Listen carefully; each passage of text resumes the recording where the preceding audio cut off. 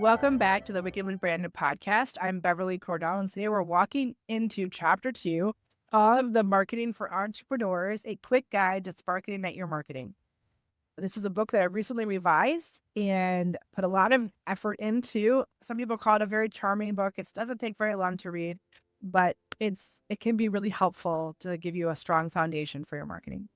Last week, we talked all about the spark, your spark, about coming home to your voice, about tracing that golden thread that has been running through your work all along. But today, we're going to shift into something that changes the emotional weight of marketing almost, I feel like, immediately. We're going to talk about what you're actually offering, because most founders describe their services in terms of some kind of format: coaching sessions, strategy retainers, web design, consulting hours, workshops, retreats. And format rarely carries the emotional gravity of the work itself. Let me paint a picture around this. A nutritionist describes her service as a 12-week meal plan program, structured support, accountability check-ins, and educational resources. Her client describes this experience entirely differently. She talks about walking into a restaurant without scanning the menu in panic. She talks about waking up without bloating. She talks about having the energy to play with her kids again and without needing an afternoon nap. She talks about feeling steady inside of her own body. These are two very different stories. One lists the components, the other names the change, the actual feelings the work can do for your client. When marketing starts to feel hard and heavy, what is often happening is a mismatch between what you think you're selling and what people are actually seeking. Service-based founders care deeply about outcomes. I know this. I'm a service-based founder. I serve. That's what I like to do. My mom's a nurse. My dad was a teacher.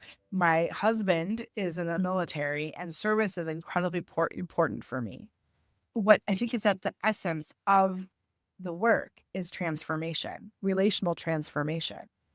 There's impact. And we know that if you could impact one person, you could impact, like for us, if we could impact female founders, that will impact their teams, their families, their communities, and have this amazing ripple out into the world. And I really believe, this is why I do the work I do, that will create, if there's more women with agency and legacy and money and power, this world will be far more soulful. So it's a very deep seated root of like why what I do what I want to do. So this impact part of it is really important for our client, the service-based founders. Because what I know is when you open up LinkedIn or you open up Instagram, you feel an immense amount of pressure to promote features and benefits. Somewhere along the way, the language, I don't know if it's because other people are doing this, so you feel like you need to do it, but this language actually becomes almost strangling. It tightens around you. And I see this in so many of our client conversations. She'll say something like, I help women build better habits. But when we slow down and we ask what that actually means, she says they finally stop apologizing for taking up space. That is a very different level of impact. And that is where marketing becomes extremely rooted and grounded in a way you've never thought possible. When your message reflects the shift someone experiences after working with you, it resonates completely differently in your body. People do not move towards information. They move toward belief, towards ways they can expand themselves, towards a connection or recognition of a person's story.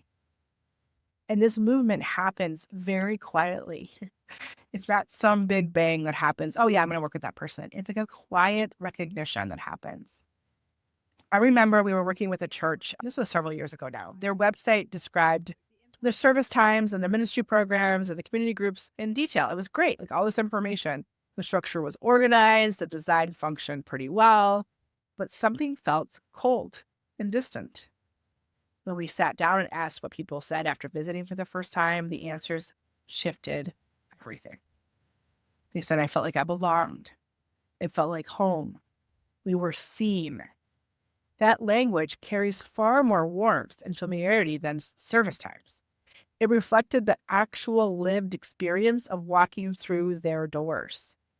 Once their website began to speak from that place, engagement changed. Time on page increased, inquiries felt more aligned, and people came in already feeling connected to the church. The structure remained, but the message, it shifted just a little bit. So your marketing carries the weight when it reflects lived change, the actual transformation you offer. And there is something deeper happening underneath all of that. When someone reads language that mirrors their own internal experience, their nervous system connects, it softens. There's a settling that happens when the thought you have been carrying privately shows up in someone else's words. It's a recognition that you can't even imagine. And this moment creates openness. It lowers friction and it builds trust long, long, long before a sale ever enters the picture. This is why marketing rooted in solving feels so much lighter and easier. It feels relational instead of just a transaction that's happening.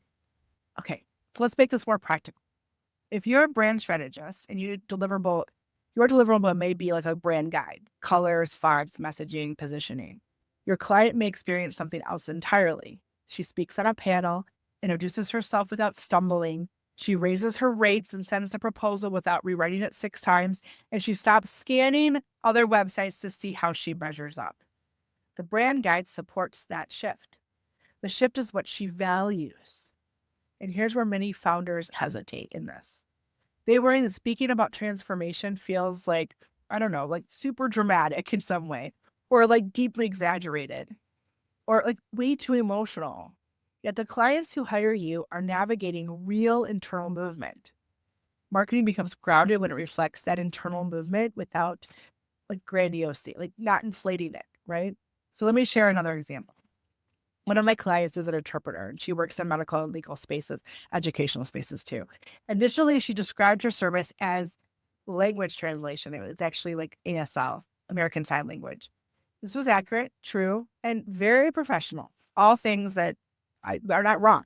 When we talked longer, though, she described moments where families finally understood a diagnosis, where parents felt safe in a courtroom, and where someone could advocate for themselves because their words were carried clearly across a gap for the first time. She builds dignity through communication. And once her messaging reflected that deeper layer, her confidence shifted. Her audience recognized for the first time the significance of her work.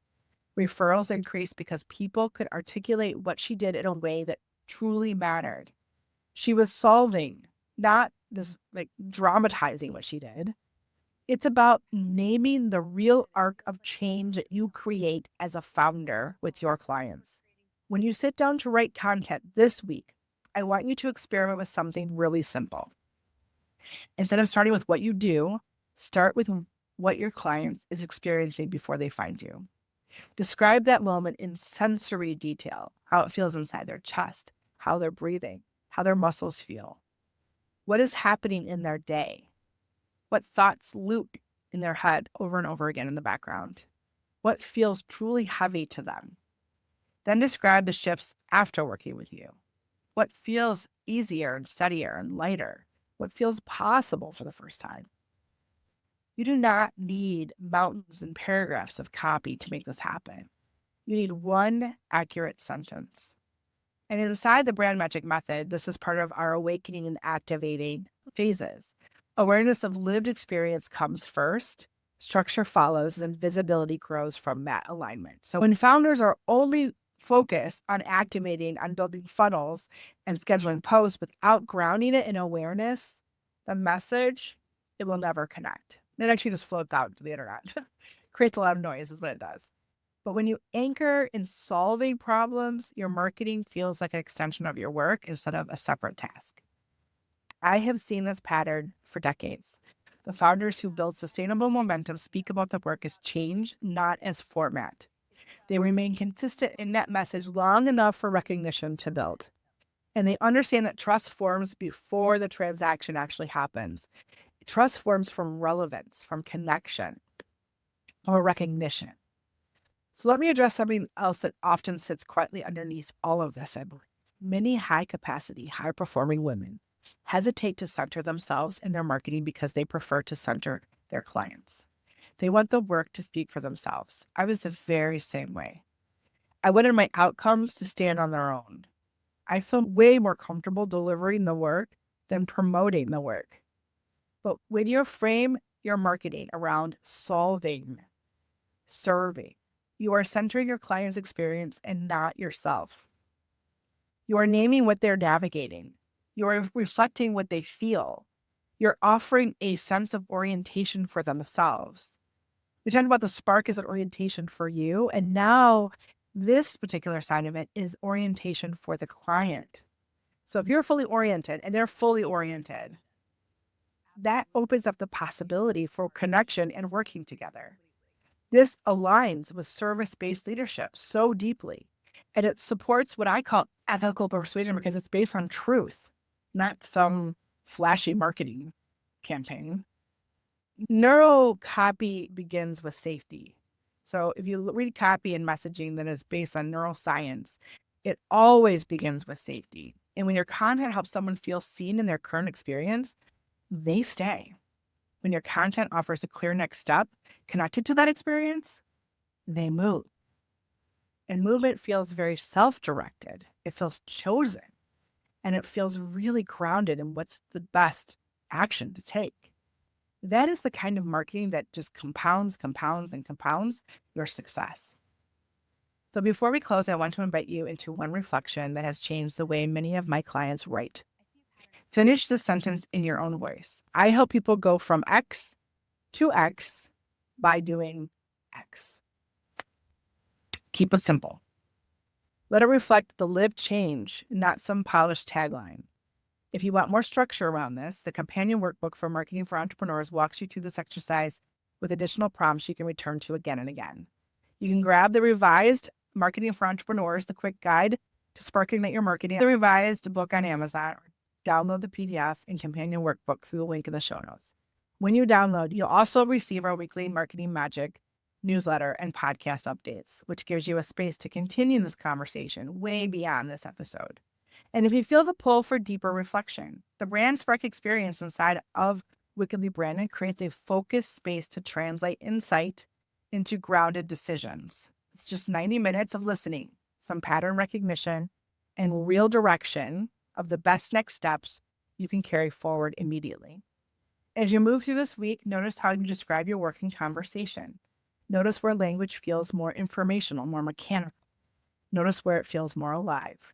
That is your cue. Next week, we're going to step into chapter 3 and talk about messaging as magnetism, about the sentence that makes someone pause and think. That is exactly what I've been trying to say.